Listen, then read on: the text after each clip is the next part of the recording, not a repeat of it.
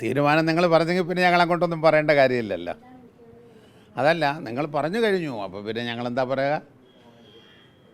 മന്ത്രി മാറ്റം ഉടനില്ല എന്നാണ് ഇപ്പോൾ തീരുമാനമെന്ന് നിങ്ങൾ പറഞ്ഞ സ്ഥിതിക്ക് എനിക്കിനിയും പ്രത്യേകിച്ചൊന്നും പറയേണ്ടതില്ലല്ലോ. അങ്ങനെയാണോ എന്ന് ചോദിച്ചാൽ ചോദ്യം അങ്ങനെയല്ല ആവേണ്ടത്. ഞങ്ങൾ ഇന്ന് മുഖ്യമന്ത്രിയെ കണ്ടു, ശ്രീ എ കെ ശശീന്ദ്രനും ശ്രീ തോമസും ഞാനും കൂടി. ഞങ്ങളുടെ പാർട്ടി എടുത്ത തീരുമാനം അദ്ദേഹത്തെ അറിയിച്ചു.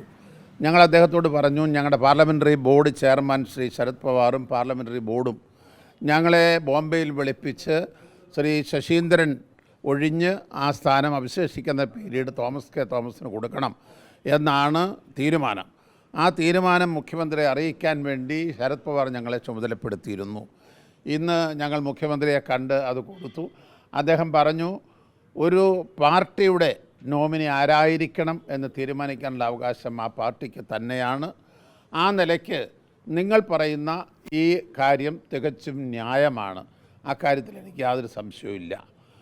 ഇന്നത്തെ പ്രത്യേക സാഹചര്യത്തിൽ നിങ്ങളുടെ നിർദ്ദേശങ്ങൾ പഠിച്ച് അതിനൊരു മറുപടി പറയാൻ എനിക്ക് അല്പം കൂടെ സാവകാശം വേണം. അതുകൊണ്ട് ഞാൻ ആലോചിച്ച് ഒരു തീരുമാനമെടുത്ത് നിങ്ങളെ അറിയിക്കാം എന്നാണ് അദ്ദേഹം പറഞ്ഞത്. ഇനിയും അദ്ദേഹം വേണം അക്കാര്യത്തിലൊരു അവസാന തീരുമാനമെടുക്കാൻ. പക്ഷേ ആവർത്തിച്ച് അദ്ദേഹം പറഞ്ഞൊരു കാര്യം, ഘടകകക്ഷിയുടെ മന്ത്രിയെ തീരുമാനിക്കാനുള്ള അവകാശം ഘടകകക്ഷിയുടേതാണ്. നിങ്ങളുടെ നിലപാട്, നിങ്ങളുടെ ആവശ്യം തികച്ചും ന്യായമാണ്. പക്ഷേ ഇന്നത്തെ പ്രത്യേക സാഹചര്യത്തിൽ അല്പം സാവകാശം എനിക്ക് ഇക്കാര്യത്തിലൊരു തീരുമാനമെടുക്കാൻ, ആലോചിച്ചൊരു തീരുമാനമെടുത്ത് നിങ്ങളെ അറിയിക്കാൻ അല്പസമയം വേണം എന്ന് പറഞ്ഞു. അതല്ലേ ഞാൻ ആദ്യം പറഞ്ഞത്. മുഖ്യമന്ത്രി അത് ആവർത്തിച്ച് പറഞ്ഞു. ദേശീയ പാർട്ടി എന്നല്ല, ഒരു മുന്നണിയിലെ ഘടകകക്ഷിയുടെ ഒരഭിപ്രായം, അവരുടെ നോമിനി മന്ത്രിസഭയിൽ ആരായിരിക്കണം എന്ന് തീരുമാനിക്കാനുള്ള പരിപൂർണ അവകാശം ആ ഘടകകക്ഷിക്കാണ്. ആ നിലയ്ക്ക് നിങ്ങളുടെ ഈ നിർദ്ദേശം തികച്ചും ന്യായമാണ് എന്ന മുഖവരയോടുകൂടിയാണ് അദ്ദേഹം ഇന്ന് സംഭാഷണം തുടങ്ങിയത്. പക്ഷേ ഇന്നത്തെ പ്രത്യേക സാഹചര്യത്തിൽ നിങ്ങൾ വെച്ച ഈ നിർദ്ദേശം അതിനെക്കുറിച്ച് ഒന്ന് ആലോചിച്ച് ഒരു തീരുമാനമെടുത്ത് ഞാൻ നിങ്ങളെ അറിയിക്കാം. ഇല്ല, ഒരു ഭിന്നത ഉണ്ടായിരുന്നില്ല. ഞാനും ശശീന്ദ്രനും തോമസ് കൂടെ ഒന്നിച്ചാണ് കണ്ടത്. ഒരു ഭിന്നതയും ഇക്കാര്യത്തിൽ പാർട്ടിയിലുണ്ടായിരുന്നില്ല. ഞങ്ങളുടെ പാർട്ടിയുടെ പാർലമെൻ്ററി ബോർഡാണ് ഇക്കാര്യത്തിൽ തീരുമാനം എടുക്കേണ്ടത്. അതേക്കുറിച്ച് അറിയാത്ത ചില ആളുകളൊക്കെ ചില പ്രസ്താവനകളൊക്കെ നടത്തിയിരുന്നു. ഏത് കമ്മിറ്റി തീരുമാനിച്ചു എന്നൊക്കെ പറഞ്ഞ് ഞാനും ചില പത്രവാർത്തകളൊക്കെ കാണാനിടയായി. ചില മാധ്യമങ്ങളും അത് പറഞ്ഞിരുന്നു. പക്ഷേ ശ്രീ ശരത് പവാർ ചെയർമാനായ ഒരു പാർലമെൻ്ററി ബോർഡുണ്ട് NCPക്ക്. ആ പാർലമെൻ്ററി ബോർഡിൽ അംഗങ്ങളായ ആളുകൾ എല്ലാവരും പ്രസൻ്റായിരുന്നു. ഞാനും അതിലൊരു മെമ്പറാണ്. ഒപ്പം ശ്രീ ശശീന്ദ്രനും തോമസും ഉണ്ടായിരുന്നു. ഞങ്ങൾ YB ചവാൻ സെൻറ്ററിൽ വെച്ച് ദീർഘമായ ചർച്ചകൾ നടത്തിയെടുത്തൊരു തീരുമാനം ശശീന്ദ്രൻ ഒഴിഞ്ഞ് ആ സ്ഥാനം തോമസിന് കൊടുക്കണം എന്നുള്ളതാണ്.